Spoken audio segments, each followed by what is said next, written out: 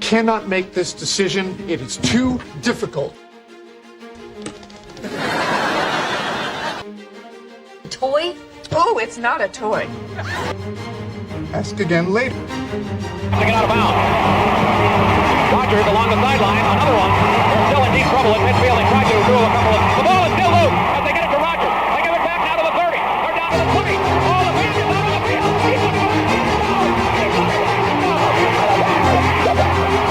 He's not good enough. Has some time. Now he scrambles away from one hit. Looks. Works a deep one for the end zone. Balin is down there. Oh, he got it! He got it! He got it! Touchdown! Touchdown! Touchdown! Welcome to Game Day Sports Radio. Tonight, College Football Crazy 8 Pick'em Challenge. First off, apologize to all our fans last week. We had a little technical difficulty with last week's episode. We will be announcing later tonight last week's winner, but we're back on track, and I'm glad that we got a good show this week, some good games to talk about. So we're sorry we missed you last week, but heading into the Thanksgiving week, this should be a nice kickoff. As always, I'm joined by the coach. The coach, I guess, has decided he's going to represent with some Kentucky Blue today, Coach. Yeah, a little bit Kentucky Blue. Kentucky Blue, but I guess, it could be any number of blues. There you go. Dave, no representation this week? No, we'll keep it basic. I'll represent next week. Don't worry. You're going to represent next week? I can only guess which way you're going. I doubt there's any Ohio State gear in that class, but I could be wrong. No. I mean, with the wall of hats back there, you got just about everybody covered. So, anyways, good to have you, Dave. Not that team from Ohio, though. What's that? Not that team from Ohio, not sorry. Not that team from Ohio. So, Steve, representing the high school, of course, and cross-country season's over, but I'm sure he's representing basketball season tipping off tonight with a scrimmage against our big rival. Coach, originally we were going to do the Coastal Carolina versus Virginia game, obviously pretty gut-wrenching situation out there. If I think you wanted to mention something about that before we kick off the first game. Yeah, just our thoughts, prayers, and condolences go out to the families and affected by this tragic shooting. An ex-football player gunned down 3 current football players and wounded 2 others after coming back from a field trip. Don't know a whole lot of details, but from my sources up in Charlottesville, there's going to be a lot of layers of this onion to be peeled back. But regardless, our thoughts and prayers are with those guys up there, everyone affected by it. In Coastal Carolina, Coach Jamie Chadwell, of course, he said he totally understands their reasoning for canceling the game, and he's all for it. He supports that decision. Just a very tragic thing. 3 lives lost and others, countless lives affected by this tragedy. Yeah, I mean, I think they don't have a choice but to cancel that game. I mean, how do you ask kids to go out and play after something like that happens? Very unfortunate. Also see ACC is going to stand up for Virginia, and they've all agreed to wear UVA sticker, some type of sticker representing UVA on their helmets this weekend, and I believe they're all going to do a moment of silence. So nice to see. I mean, you expect it, you knew it happened, but it's always nice to see all the schools, rally and, for each other, even on the field. They're against each other, but they are in a fraternity together of college football, and what happened there could have just as easily happened somewhere else. Yeah, that's what I was going to mention, is the fact that you compete against these guys, but also you empathize with them when they go through tough situations, whether it be personal, family situations, and certainly with tragedies such as this. You just it could be you, and what they put into this program, and you want to reach out and you want to offer them support in any way that you can. Well, that said, we went ahead and put on College Game Days going up to the Montana State game, the Brawl of the Wild. They're competing for the Great Divide Trophy. This one's a little off the map for most college football fans, but has been a rivalry. I think goes back to 1897, so it's been around for a long time. So, Coach, why don't you give us your thoughts on this one? Oh, this game, I love this game. This is a game that is, well, let's just put it in perspective for people. A lot of our listeners are in the South, so let's just put it in perspective. Oldest rivalry in the South is Auburn and Georgia. They've played 127 times. USC, UCLA, 89 times.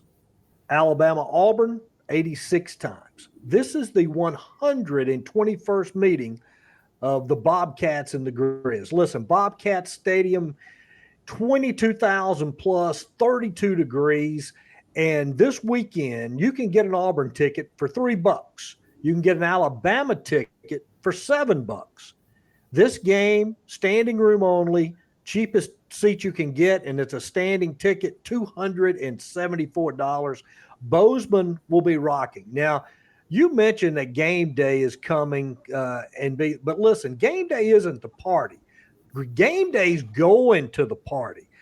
Bozeman is always rocking. Missoula is always rocking on home games. So game day is just kind of showing up and being a part of this. Listen, the Grizz 7-3, 2-3 over the last 5 weeks, all 3 losses in the Big Sky Conference. The Bobcats 9-1, 7-0 in the conference. Their lone loss back to Oregon State in September. Talk about the history of this game. 39 conference titles between these two schools, 5 national championships. Dennis Erickson, the old Miami and San Francisco 49ers coach and Seahawks coach, he was a Bobcat quarterback back in the day. The Grizz, their present quarterback, Lucas Johnson, some people from our part of the country may recognize him. He's a senior from San Diego, but he played his first 2 seasons at Georgia Tech, played his last two years at San Diego State. But as a graduate student, because of COVID, he had 1 more year. He's taking that this year at Montana. He's passed for over 1,700 yards and 18 touchdowns. The Bobcats, Tommy Mallett, a sophomore, more of a game manager. He can beat you with his feet, though. He's rushed for 705 yards, 273 yards on 32 carries versus Weber State. But the risk of him running is he's missed 2 games because of a concussion suffered at the Eastern Washington game. Now, when we talked about this game, George, you kind of gave me a little bit of grief thinking, yeah, you're just acting like you like this game. No, I love this game. And my pick is tough because, both of these teams are very capable. But one of my favorite players in the National Football League all-time, Jan Stenerud, Kansas City, number 3, kicker in Super Bowl 4 when the Chiefs beat the Vikings. He is an alumnus of Montana State Bobcats, wore number 78 when he played there, came to Bozeman on a ski jumping scholarship of all things, and ends up being a kicker, and he is the only true kicker that's in the National Football League Hall of Fame. You have punters, but Stenerud is the only true kicker that's in the Hall of Fame. So anyway, my pick, as you can tell, I am excited about this game. My pick, Montana State, going with the homestanding Bobcats. Well, that's good, Coach, but you're 32 degrees. I mean, you must be sitting in a luxury box because my weather report has about a 12-degree at kickoff at 1 o'clock. So maybe the forecast has changed, but it's going to be cold. But you know what? Nobody will notice that up there because it is, like you said, is rocking. I went game day's going up there 1 o'clock, but then they put it on ESPN Plus. I mean, are they doing a little bit of disservice to that game when they're promoting it that way, putting it on? You know what? ESPN Plus is a great network if you have it, because you can pick up a lot of games that you never get to see. So I'm in with a small Division I like Illinois State where I'm at right now. All the games that I do are all broadcast on ESPN Plus. So they have a contract. So it's exposure for the kids. So, I mean, if you have it, I would definitely say check it out. If you haven't seen the stadium there, it's encapsulated in like a valley between the mountains there. And it was a couple of years ago, I was watching, I think it was Montana State, just the snow falling. Like it was just the most beautiful atmosphere you could see with the mountains in the background, snow coming down, Grizzlies, Bobcats, Montana football. So I don't have a whole lot. I got one person I know from the University of Montana, Barry Anderson. He was the NCAA mascot of the year for 3 years in a row for the Montana Grizzlies. He later became Benny the Bull for the Chicago Bulls. So that's my claim to fame with Montana. But being in Montana State, I'm going to take the Bobcats at Montana State. Steve. Montana State riding that 7-game winning streak since they got curb stomped by Oregon State I think it's going to be a crazy home field advantage up there, so I'll go with the Bobcats. I'm going with the Bobcats too. And Coach, you know what? I had it all set up, but I knew I was setting myself up for failure here because I had a nice little trivia question for you. You know what? 1968 quarterback with 2 national championships, past college coach, trailing 24-9, and with 9 minutes left for Montana State, scored 20 points in the fourth quarter to win. And of course, who is that? Dennis Erickson. There you go. I knew I couldn't get one past you. So, but anyways, I thought that was interesting. Anyways, 8-ball though is going against us all day. Likes Montana. So, and again, playing up, both teams separate one on each side of the Continental Divide, hence the Great Divide Trophy. So, anyways, Dave, I don't even know where to go with this one. It's Iowa versus Minnesota. I mean, I think you might need an abacus, figure out who could potentially qualify for the Big Ten championship out of that division. So, you got Iowa versus Minnesota, 3:00 Fox. Why don't you fill us in on who could end up where? Slowly to this one, especially because I think it's supposed to snow on Saturday up there in Minneapolis. But it's a Big Ten West matchup, and it's going to see who's going to be pulling into the lead for the play for the Big Ten championship. So Iowa at Minnesota, 2 of the leaders, along with Illinois, who is at Michigan this weekend, and Purdue, who goes on the road against Northwestern. So Purdue, who knows what they're going to do, but you can imagine they're probably going to get a victory, and then the winner of this game pull into a 2-way lead for the Big Ten West to play into the championship game here in a couple of weeks. Iowa, they've won their last 3 straight, and they've had some glimpses of offense, but the defense has really been carrying when they have got the victory. Gophers, they're winners of 3 in a row as well. They're going to continue to rely on the legs of running back Muhammad Ibrahim, I think. So looks like snow in the forecast this weekend in Minneapolis, but I'm going to row the boat. I got Minnesota. Steve, Iowa, lots of criticism. Kirk Ferentz, especially his son, offensive coordinator, offense struggling. Now they find themselves back with a chance to be in the Big 12 championship game. A, give us your breakdown, but B, has he done enough to silence some of that criticism and save his son? All right, well, Minnesota coach P.J. Fleck has never beaten the Hawkeyes. Iowa's won the past 7 in this series. Both teams are on 3-game winning streaks. It's senior day for the Gophers, but I really like the way this Hawkeyes defense is playing. So I'll take Iowa for the upset, and I do think that they have done enough. Again, it seems like this happens every year. Iowa either starts strong and falls apart, or they start weak and then they gather it together near the end. You just never know what you're going to get with a Kirk Ferentz team, but I'd be shocked if the sun is out. Yeah, I would too. Coach? Iowa love their defense, can't trust their offense. I think with senior day and rowing the boat, I'm going Minnesota. Yeah, I like the running game up there, Minnesota. I'm going Minnesota too.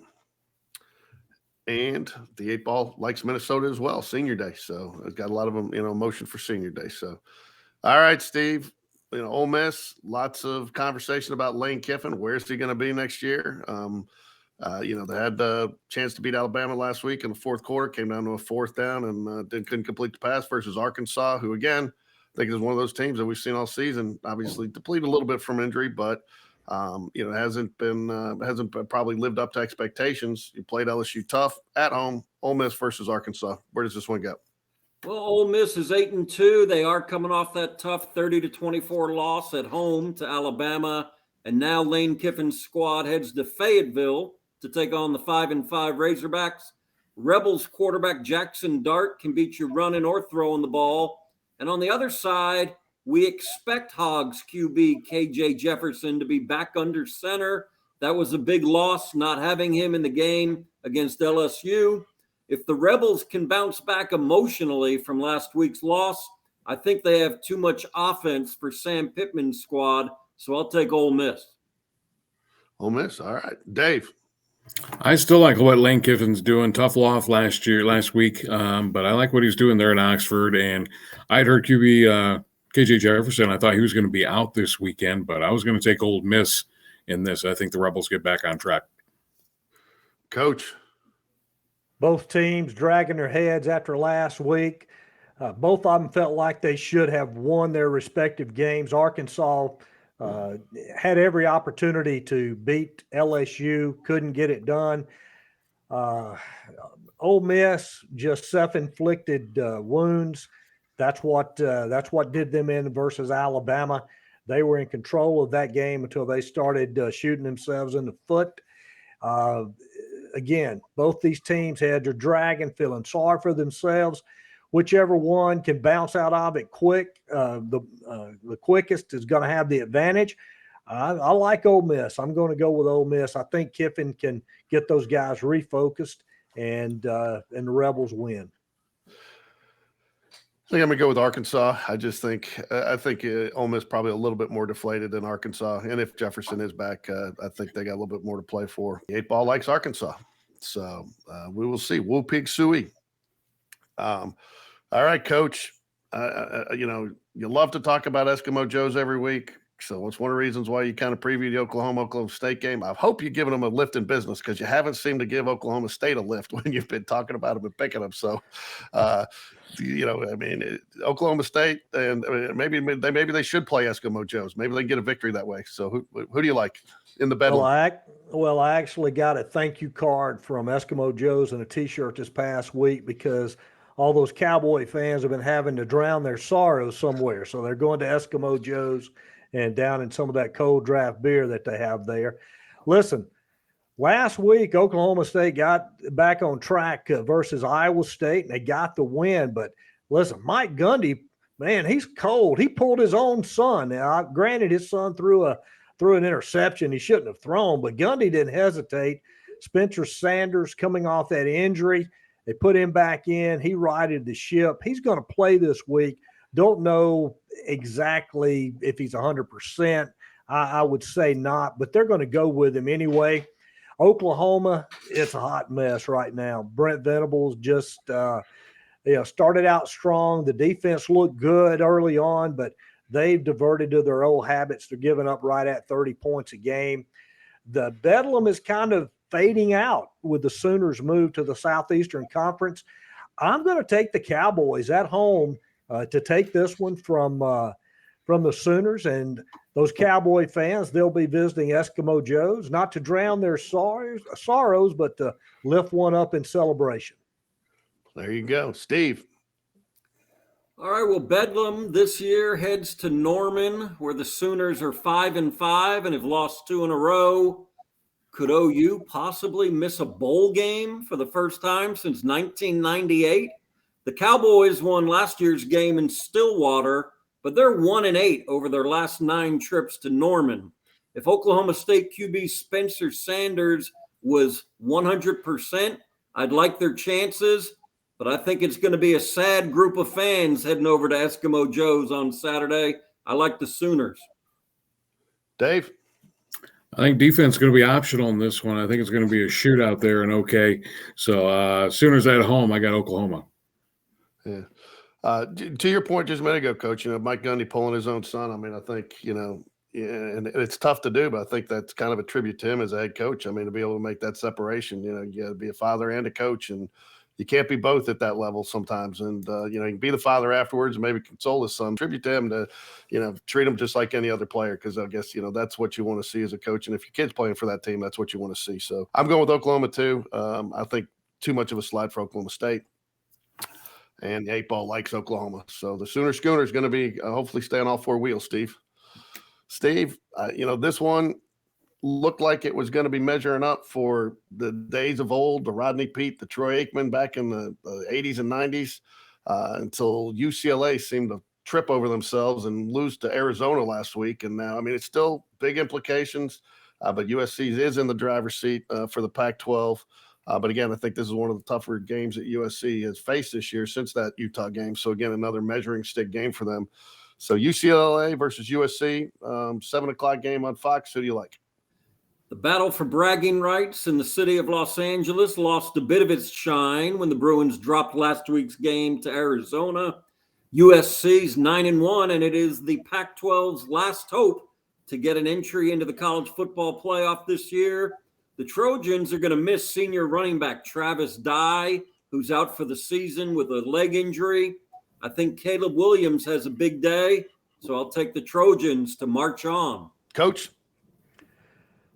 As Steve said, USC thinking playoffs, there's a very real scenario where they win out and don't get into the playoffs. But right now, they're the Pac-12's best chance, only chance, not best chance, only chance of getting into playoffs.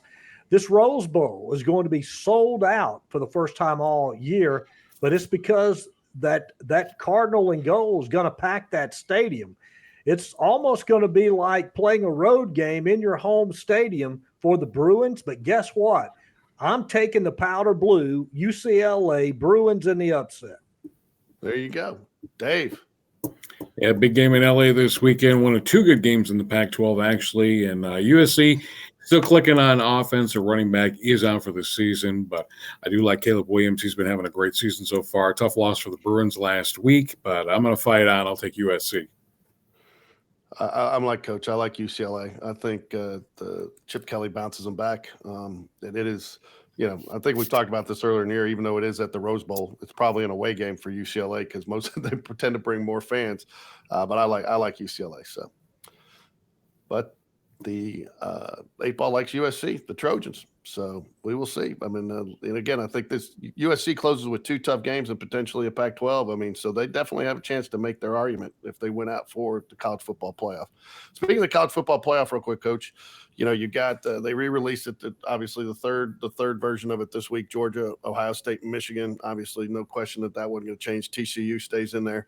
Tennessee up to 5. 2-loss LSU team jumps to 1-loss USC. You just think that's from the emotion of the big win over Alabama that does LSU deserve to be ahead of USC? I don't think it really matters right now because I think that the committee's putting these checker pieces in place where things are going to fall the way that they're going to let the games decide who's going to be there for the most part. That's what they want to do anyway. They really don't want to do any hard work.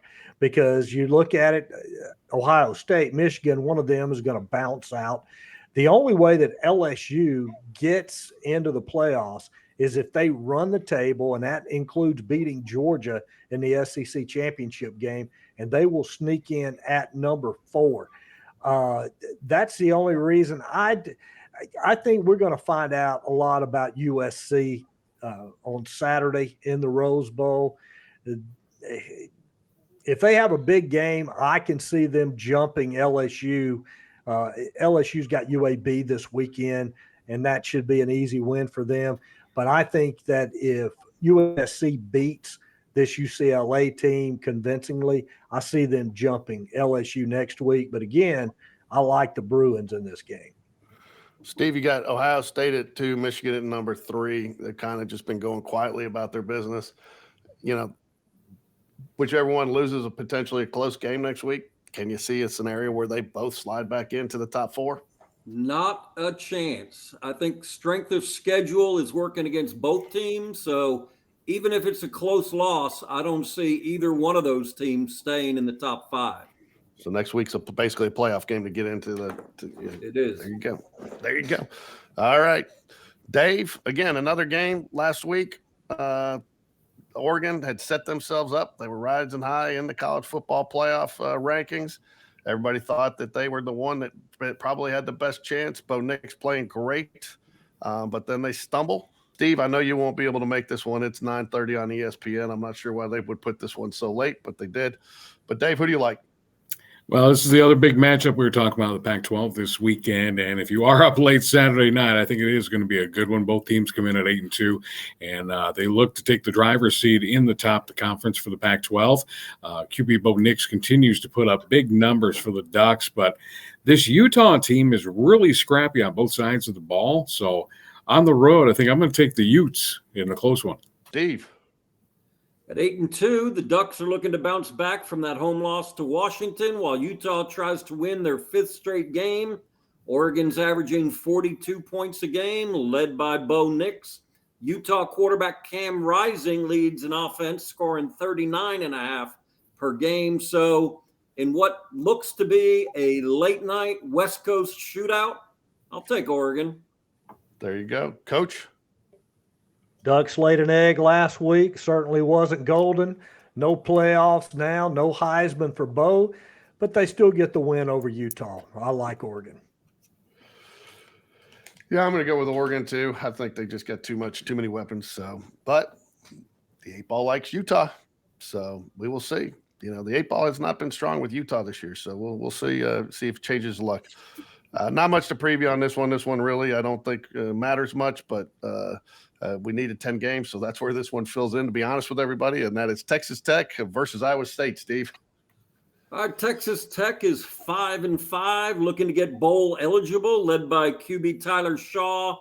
The Red Raiders like to sling it around, and first-year coach Joey McGuire has shown he'll go for it on fourth down in almost any situation. The Cyclones are struggling at 4-6, coming off that 20-14 loss to Oklahoma State. Matt Campbell's boys like to run the ball, play tough defense, and play things close to the vest. So in a contrast to styles, I'll take Iowa State at home. Coach. Cyclones, they've won 5 of the last 6 versus the Red Raiders. Red Raiders did get them last year, 41-38 in Lubbock. Home field at night in Ames, Iowa. It's a magical place. Some weird things happen. I'm going with the Cyclones. Dave.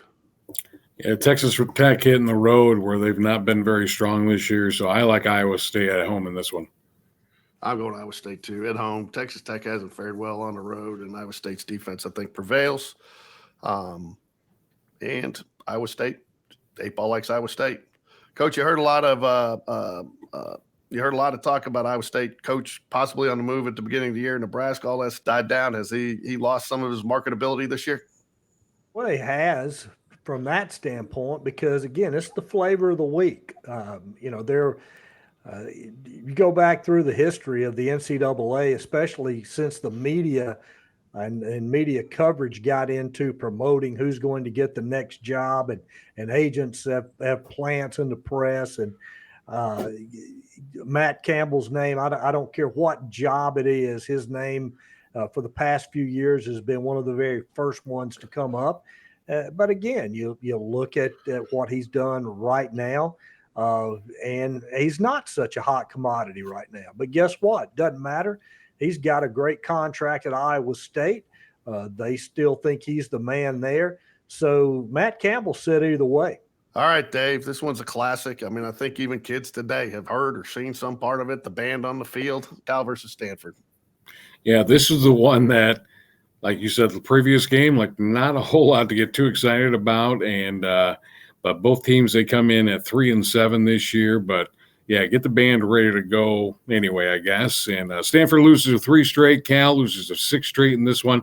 And if we were going off of SAT scores, I might take Stanford, but I'm going to take Cal at home, so give me the Bears. Well, Stanford coming off a 42-7 loss to Utah. The Golden Bears lost 38-10 to Oregon State. I think the fans of these teams will be reminiscing about the glory days of John Elway, Aaron Rodgers, and the band is on the field. This one might be a little less exciting, but I'll go with Cal. Coach? Well, a couple of things. This game, the game that we're talking about, the band on the field game, and you got to remember now, there were not 685 bowl games back in that time. There was only a handful of bowl games. This loss kept John Elway from going to a bowl game, which would have been his one and only bowl game his senior year. Stanford had already accepted a tentative invitation based upon beating Cal, and it did not happen. And we talked about Matt Campbell being the flavor of the month. Hey, I remember when David Shaw was the flavor of the month. Every job that came open, David Shaw was up for it. And listen, David Shaw is still a good coach. Stanford's just lost some of their mojo right now. And speaking of the band on the field, Cal is unveiling a statue of Kevin Moen, which was the player who ran into the trombone or clarinet player, whatever he was, Steve. I can't remember. But this has not been a good year for Cal. Justin Wilcox finally said, hey, I got to make a change, fired his offensive coordinator and offensive line coach. And like a lot of other schools or a lot of other teams, you sometimes get a little boost when you make a coaching change, whether it be a coordinator, head coach, what have you. Because of all those things and the unveiling of the band on the field statue, I'm going with Cal at home. I'm going Cal at home too. I agree. And but the 8 ball like Stanford, so we'll see. Maybe we'll see. All right, another one with. I think TCU just keeps hanging in there. 11 a.m. game on Fox. TCU versus Baylor. Coach. TCU knows they've got to win out to maintain that number 4 spot. And they felt like they were going to get some respect after beating Texas last week. But listen, they go into this game and they're only, according to Mike Bernard, depending upon where you're looking, they're only a 2 to 3 point favorite versus a 6-4 Baylor team that was given the business last week by Kansas State. But, there's an old story about a wounded bear. You don't poke at them. And Dave Aranda finds a way to come up with a good defensive plan. I was thinking TCU, but I'm going to flip my pick on this one. I'm going with the upset. As Mike Bernard says, the pressure of November, it's going to get to TCU. Dave Aranda is going to have a great defensive plan, and I'm going with the Baylor Bears. There you go. Steve, you agree? The 4th-ranked Frogs are 10-0, looking to advance to the school's first ever appearance in the college football playoff. TCU averaging 40 points a game. They're balanced, throwing it to Quentin Johnson, running it with Kendre Miller at 6-4. The Bears are trying to pick up the pieces from that 31-3 shellacking at home to Kansas State. I don't think the Bears' pass defense can hold up, and in an intense rivalry game, I'll take TCU to keep their magical undefeated season alive. Dave? Yeah, this could be a trap game, I think, for TCU. But Baylor, minus last week, they've been pretty competitive in all their games this season. Tough record at 6-4, but I'm going to take TCU in this one. And the late ball likes Baylor Bears as well. Late ball likes the upset. So, TCU's in, no question. But Steve, if TCU does lose, a stumble before they get there, does that basically that makes the Big 12 game irrelevant going forward, does it not?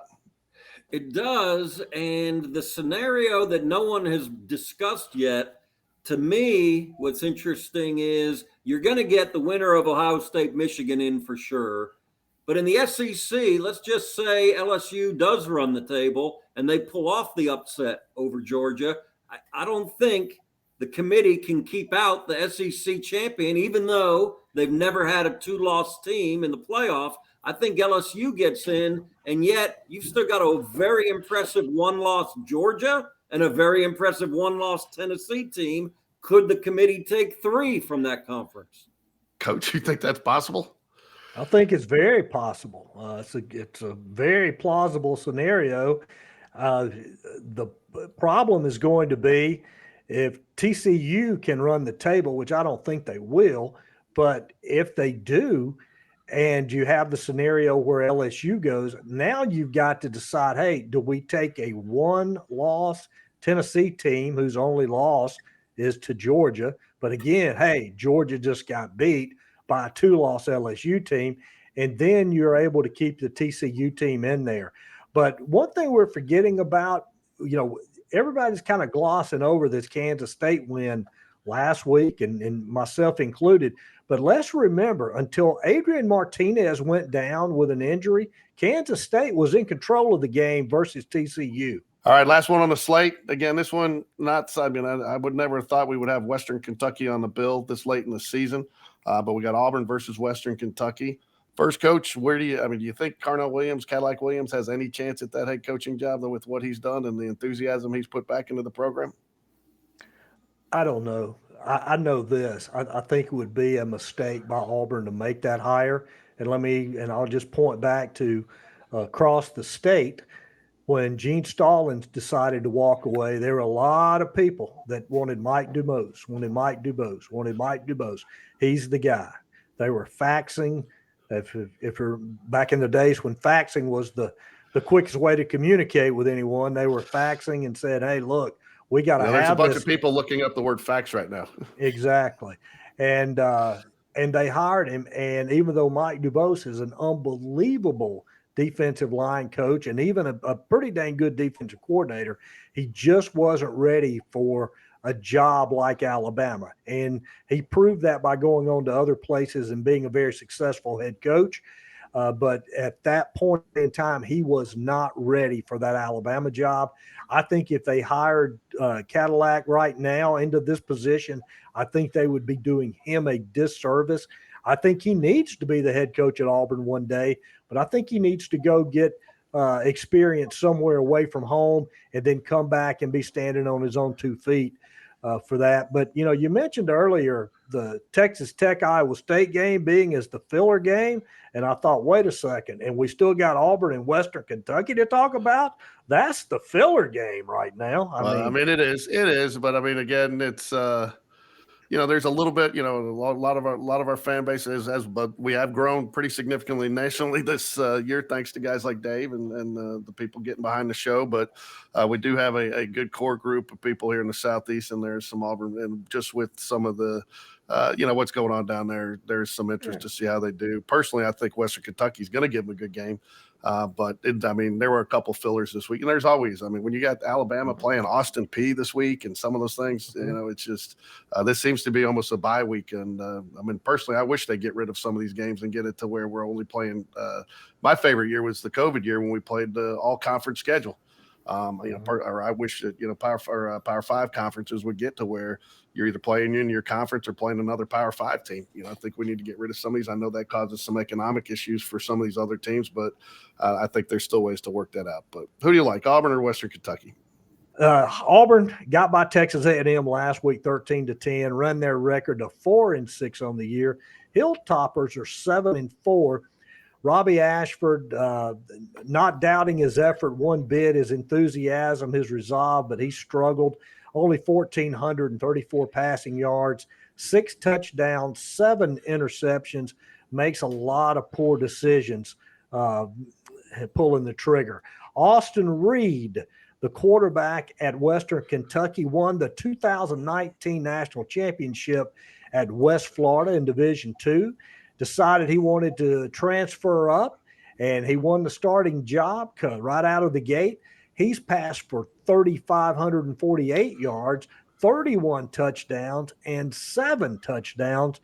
Make no mistake about it, Western Kentucky can stay with Auburn, but Cadillac's got those guys playing with passion. Like I said, effort is not a question at Auburn right now.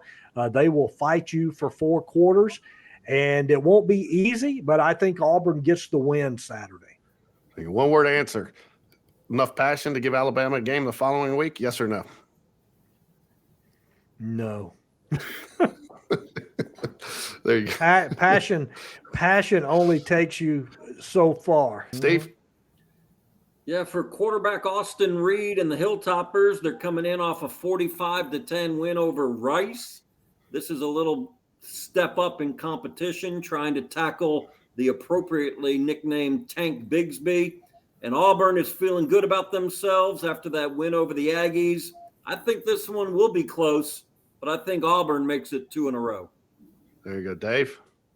Yeah, I do think Western Kentucky can play with the Tigers here in this one, but I'm going to ride with the Cadillac, and I'll take Auburn. Yeah, I will too. I at home, and I think he's got them going. And I do like to see a guy get the opportunity like that and step up and be successful. And there's no one more Auburn than Cadillac Williams. No one embodies the Auburn spirit like he does in recent memory. And but as far as the head coaching position, I would like to see him go away and get some practical experience away from Auburn, and then be able to come back in as head coach. There you go. Well, the 8-Ball likes Western Kentucky, obviously, so they think they can hold.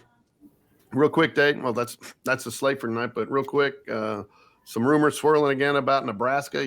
Gary Patterson was mentioned. He says he's not interested. Matt Rule keeps coming up. Do you hear anything out there in the Midwest on who could potentially be filling that Nebraska? I haven't heard anything from Nebraska, but I know they are searching desperately. Coach has stepped in, slips my memory right now, but he's just – I don't think he's what the Cornhuskers are looking for. I think they are looking – Mickey Joseph. I think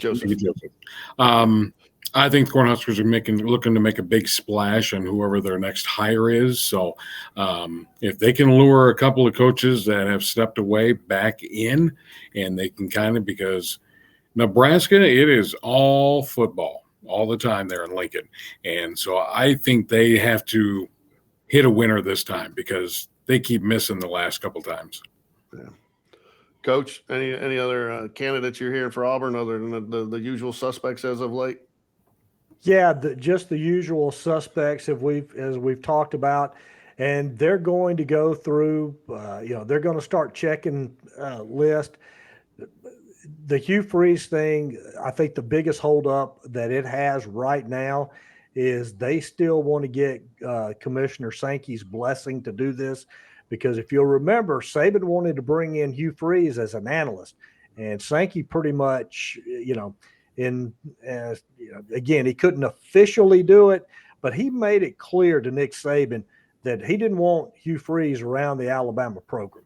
The Ole Miss debacle that left a bad taste in a lot of people's mouth in the SEC office for Hugh Freeze, and again, if he can overcome all that, I think the job is his, simply because of two things: he beat Alabama one time, he beat Alabama a second time, and that's what Auburn folks are looking for.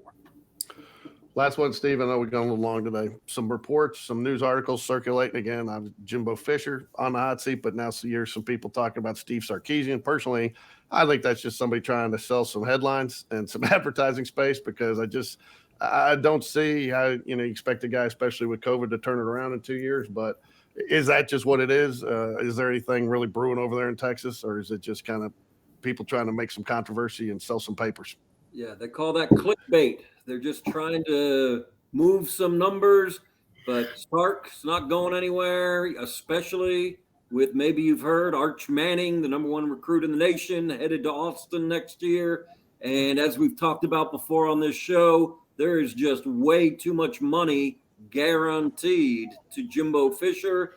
And he's got the buyout situation. He's not going anywhere. He'll have to make some staff changes based upon how disappointing this year has been. But both those head coaches will be back next year. Well, there we go. Well, appreciate everybody's time tonight. It's a pleasure. Always great to talk to you. I'll get to talk to you one more time before Thanksgiving. But as you guys, everybody head into Thanksgiving week, if anybody's traveling early, travel safely. Remember, it's better to get there, arrive alive than arrive there faster. So, but to anybody that is starting their Thanksgiving early, enjoy some time with your family. And as Coach mentioned earlier, when we kind of opened the show, it's time with the loved ones is precious, and don't take it for granted. So you guys have a great week. It's been a pleasure talking to you, always in some college football, and I look forward to talking to you guys next week.